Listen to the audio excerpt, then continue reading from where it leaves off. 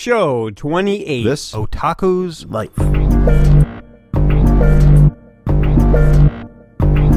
I get when we're younger, we're always searching for our identity, our role and our place in life, in our family, in our school class, in our high school, in college, among our peers, among our friends. I get that we're always searching for that identity. I grew up in an age where there wasn't really an online environment. I was one of the first people to join AOL in its 2 years, and the online identity that it was assigned to me, the screen name, was Alan C32, which meant that there were 32 other Alan C's with obviously the first name spelling the same on this environment. Back in the day when you could get a Unix shell account, you only had a limitation of 6 to 8 characters. You couldn't exceed 8 characters because, well, Unix didn't support that. I was paying for dial-up and I wanted something more. I wanted some kind of unique identity, something that wouldn't be able to be confused with others. So originally I started with the lamest idea. At the time my father was going to start a company with one of his friends and he was trying to figure out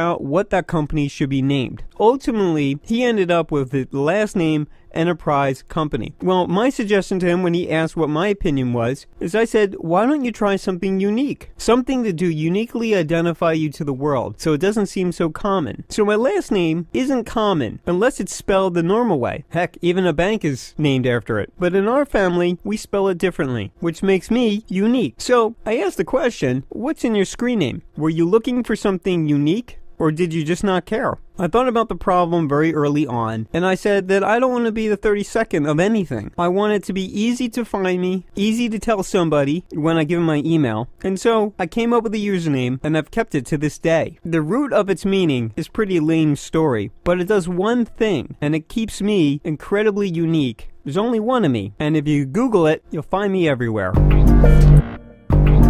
Thank you everyone once again for continuing to download and listen, and I love it. So, you guys want to contribute? Well, I want you to contribute, and there's a couple ways to do that. Show IDs. We play roughly something random or something sort of new at the beginning of every show, and that is basically someone said, "This Otaku's Life," with pauses in between, and then I sliced them up and I mixed them together and I made some variations of that, and we would love you to contribute your voice to that as well. So it's really easy to do. Just email us with some audio. You can also contribute by sending us a story idea or just sharing your experience or thoughts on something we've already covered here, or as I've always said, even something new. Propose a new idea and record it and email it to us. So that's it, everyone. Thank you once again for listening and downloading, and you can catch us a number of ways. Obviously, you can email us at thisotakuslife@gmail.com. You can catch us on Twitter at thisotakuslife, and if by chance you got to this podcast some other way than the website, well, we have that too, and that's thisotakuslife.com. So everyone, until next week, have a good one.